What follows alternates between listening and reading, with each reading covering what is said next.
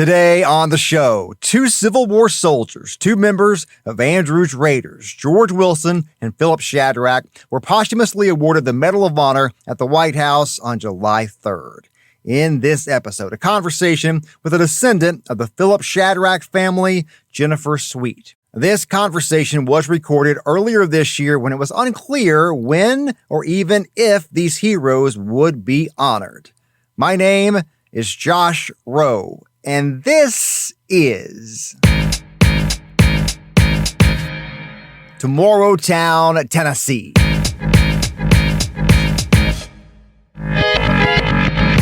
This whole process, I think, for you guys and everybody involved has been getting your hopes up and being let down and getting your hopes up and being let down. So can you just kind of describe and explain kind of that period? Yeah.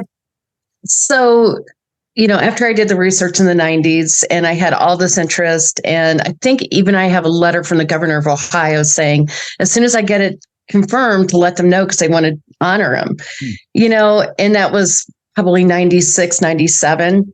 And ever since then, in the early 2000s, I had reached out, had heard something, they were going to get it taken care of.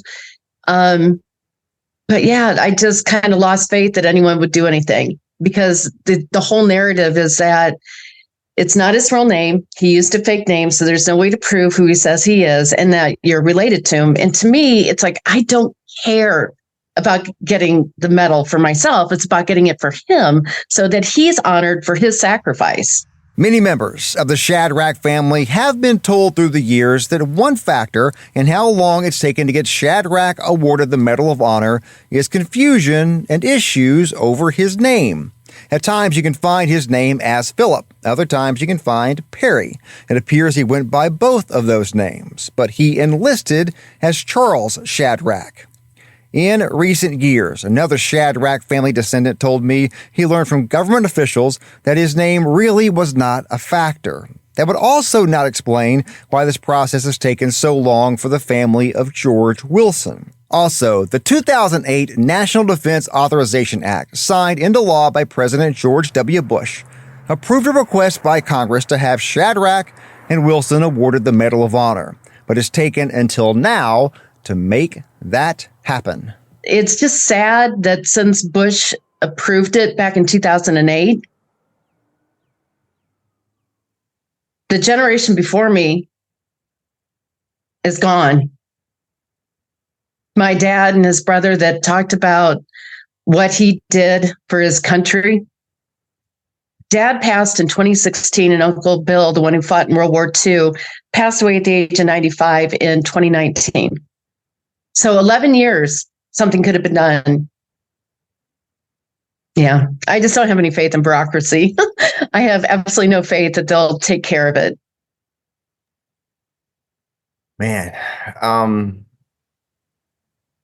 I know that's disappointing to know how many generations your family have known this story and have known that he wasn't honored. That I can understand why that's difficult.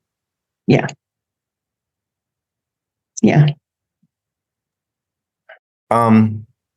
So with all that, tell me, just we got off to an emotional start already. It's all good though. So walk me back a little bit. When do you remember hearing? Let's even go before that. You mentioned the different names, right? So yeah, Perry Shadrach is what we hear the most. We also Philip Shadrach is what we see. Like I think his grave marker says PG Shadrach.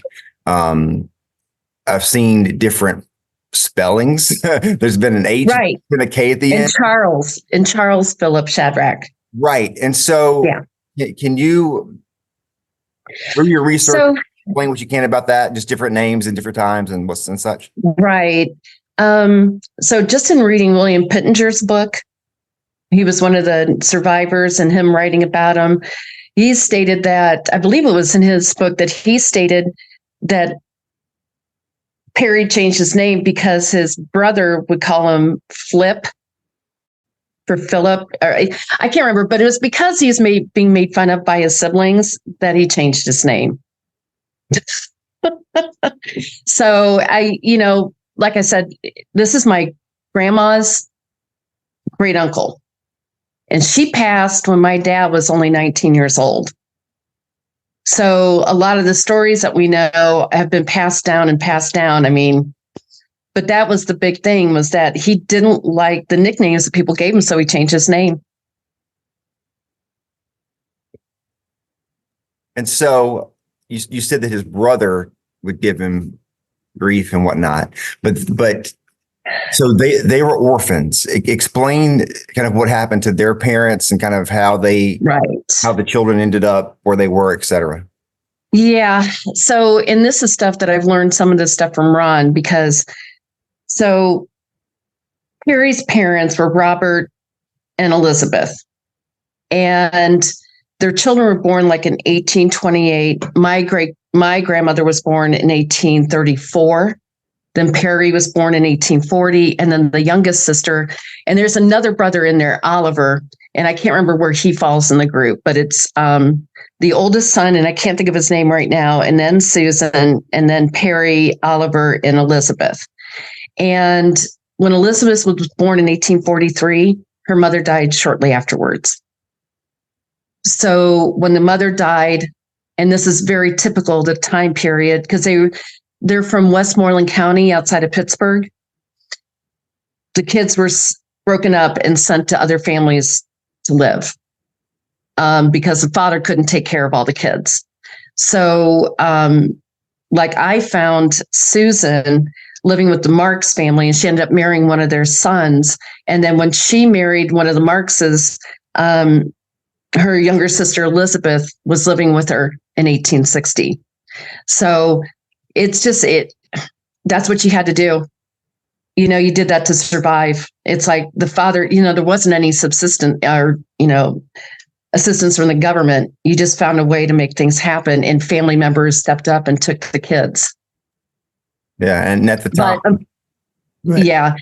Unfortunately, because in Ohio, I've done research back to the 1700s in Ohio, but in Pennsylvania, they don't have centralized locations for information on birth certificates, death certificates, marriage certificates. It's very, very, very difficult, because I went there in 96 for 3 weeks. I had a heck of a time finding anything. So it's just, yeah. So were the children born in Pennsylvania and then moved to Ohio later? Is that what happened? Right. So like my 2 times great-grandparents, Susan Shadrach Marks, who is she's the older sister. In the 1850 census, she was living in Westmoreland County, Pennsylvania. And in the 1860 census, she was living in Ohio with her husband. Gotcha. Yeah. And there's like literally, Pittsburgh is only like an hour and a half from here, from where I live. So, yeah. Yeah. Understood.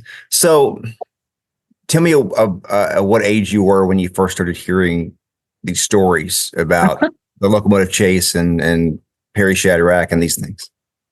Ever since I can remember. I was probably only 4 or 5. My dad was a huge history buff, and we always went to museums and historical sites all over Ohio. That's what we did as kids, between camping and going to historical sites.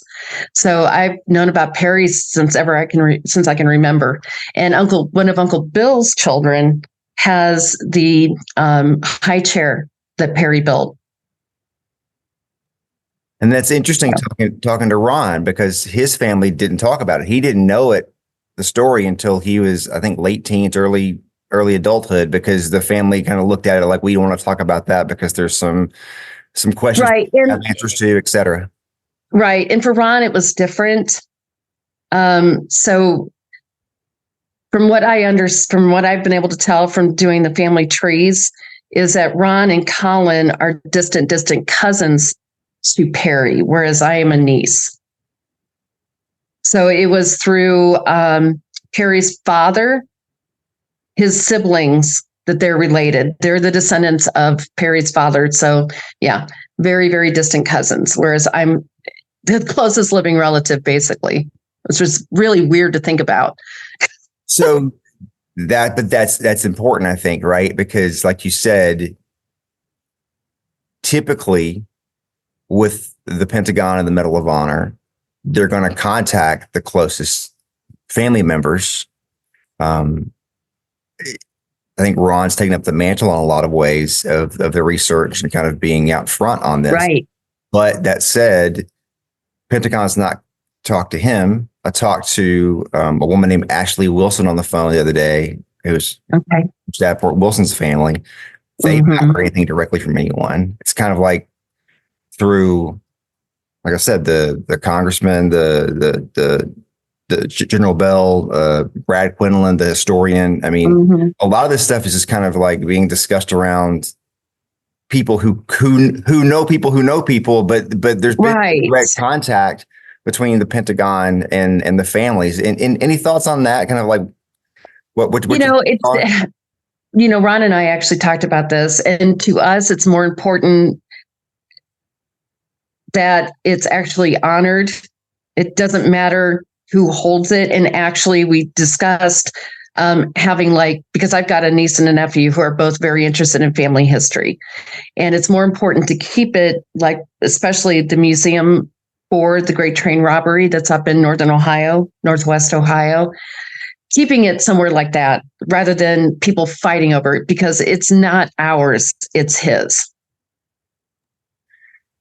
If and when and all the stuff does happen, I know that. So there's a Medal of Honor Heritage Center here in Chattanooga, and they've been front and center on a lot of these things. And I know they're going to have if it does happen, we expect it to happen. Don't know the details, but I know they're planning, events around it, and are obviously going to celebrate it, because when you first walk into the Heritage Center, the first exhibit is Andrew's Raiders. And because it was the first ones, and it was the chase ended in Ringgold, Georgia, which is about 20 miles outside, not even that, probably 10 miles outside of Chattanooga City. And so there's so many ties to this here. What are your thoughts on that specifically? I would love to come to Chattanooga to see this, because like I said, Dad was such a history buff, and we were raised to understand and know our history and to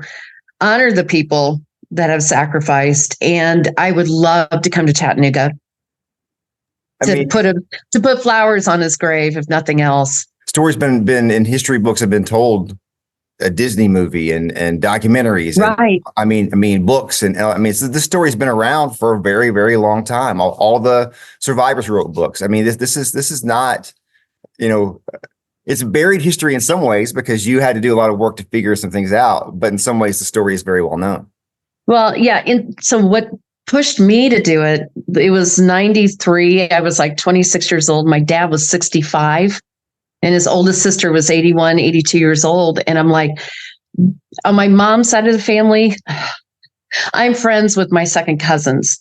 My mom's first cousins' kids and their kids, I'm friends with them. I've known them all my life. On my dad's side, I've only known him and his siblings and their kids. Now, granted, that's like a million people, but I never knew anything about his mother's side or his dad's side. I knew about a little bit, but I was like, because of their age, I wanted to know more about Perry and exactly how he was related.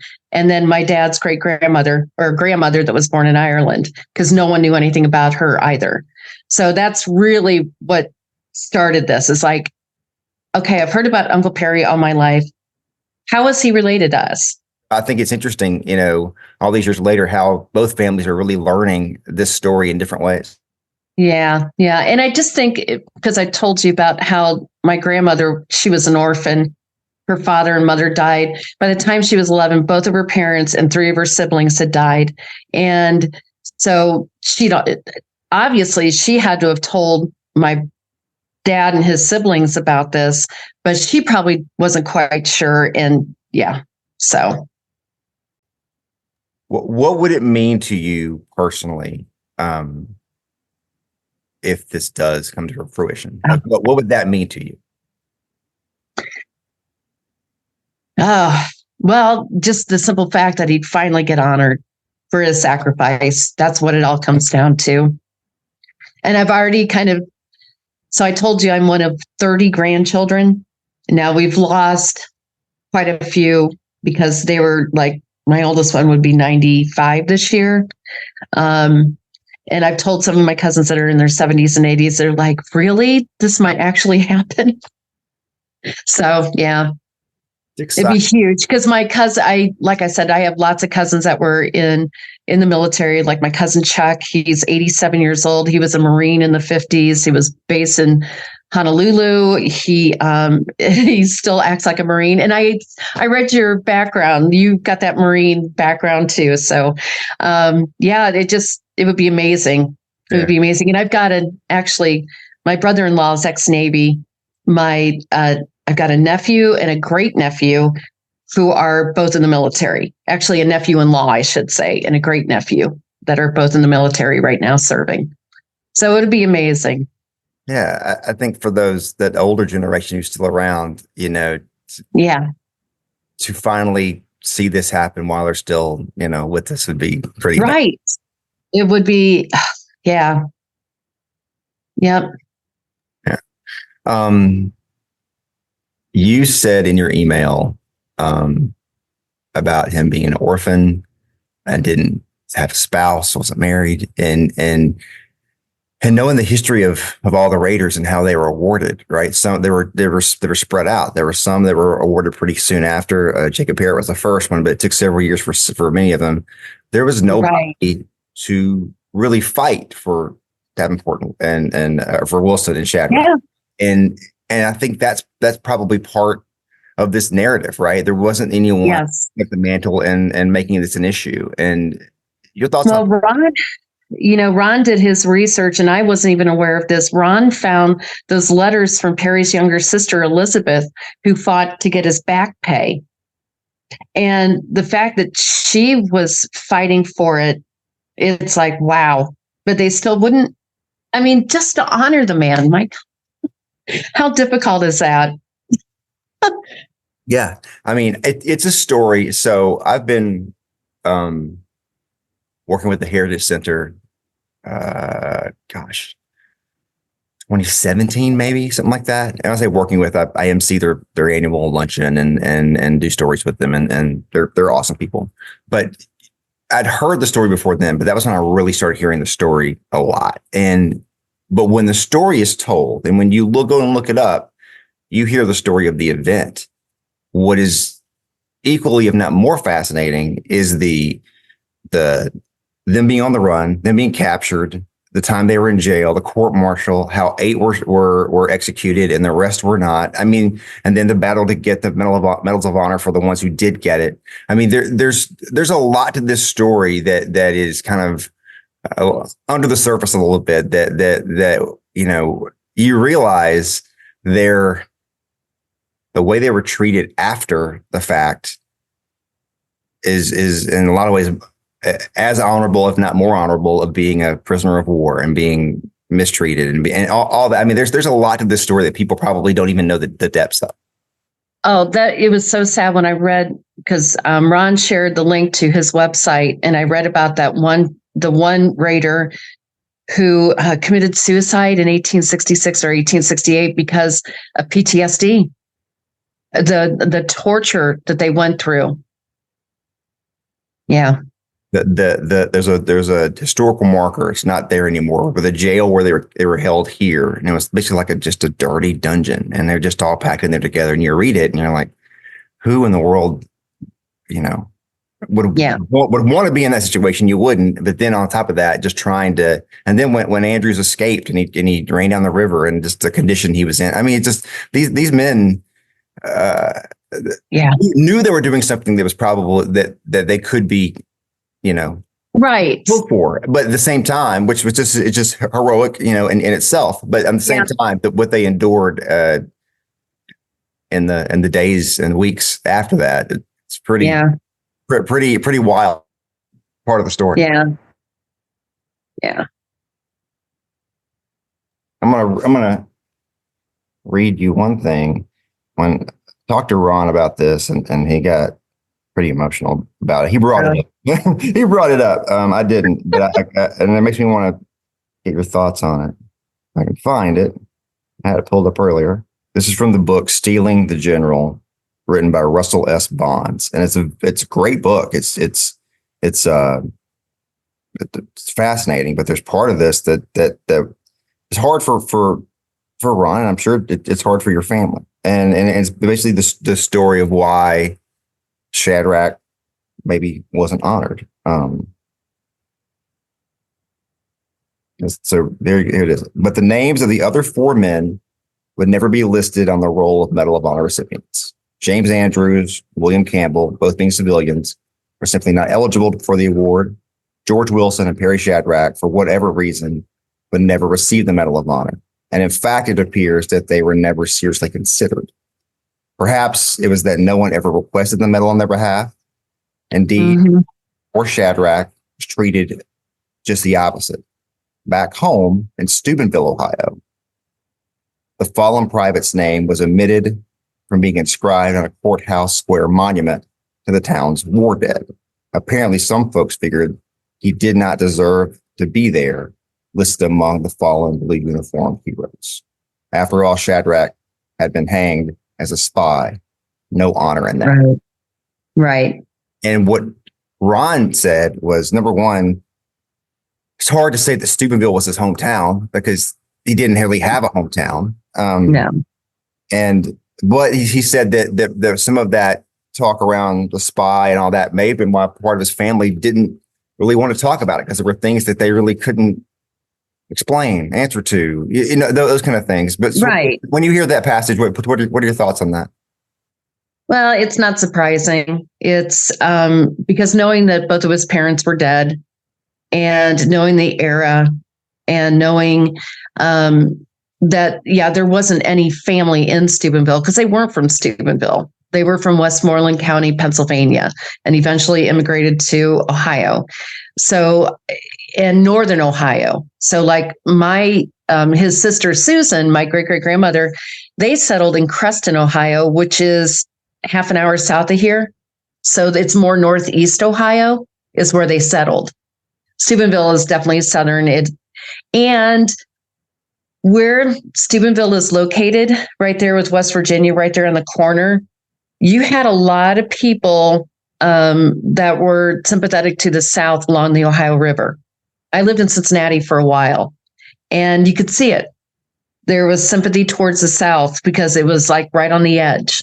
Whereas Northern Ohio was settled mostly by abolitionists, not Southern Ohio. The people came directly across from Virginia. So you have more Southern sympathizers along that area. Steubenville, it may have just been a crossing point because I believe it said that he signed up in Mineral City, Ohio. I don't even know where Mineral City is. I have not bothered to look on a map to see where that's at. And also that he was in Louisville, Ohio, which is not far from where I live now. That's actually where he was working before he signed up. But who knows? He could have been going from farm to farm to farm, just working as a laborer. I have no clue, because that kind of detail between 1850 to 1860, I mean, that's going to be so hard to find. Right. I mean, and you would assume there are no records. Like you said, if he's working as a laborer on a farm or something, there's no records of right. that. Right. Yeah. Interesting. There's no W-2 back then. No LinkedIn. That didn't exist. So yeah, how do you know? So I did find Gebhard Shadrach at the age of 4 living with a family in Pennsylvania on a census record. Oh, really? Wow. Yeah. And so his life, those are more telling than anything else. So his life as an orphan, was he in an orphanage, or was he jumping from family to family? Family to family. That's what you did. Especially in if you're in a city like New York City, you went to an orphanage. But if you were out in the rural land, typically neighbors took kids. Family members took kids. Yeah. Hard way to grow up, for sure. I can only imagine. Yeah, because I know, like, my grandma's sweet. She was raised by her mom's sister.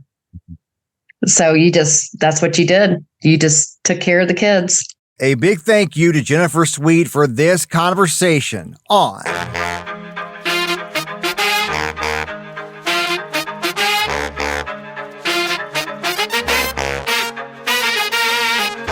Tomorrowtown, Tennessee. This podcast is a production of News Channel 9, Fox Chattanooga, and Sinclair Broadcast Group Chattanooga. I hope you join me again real soon.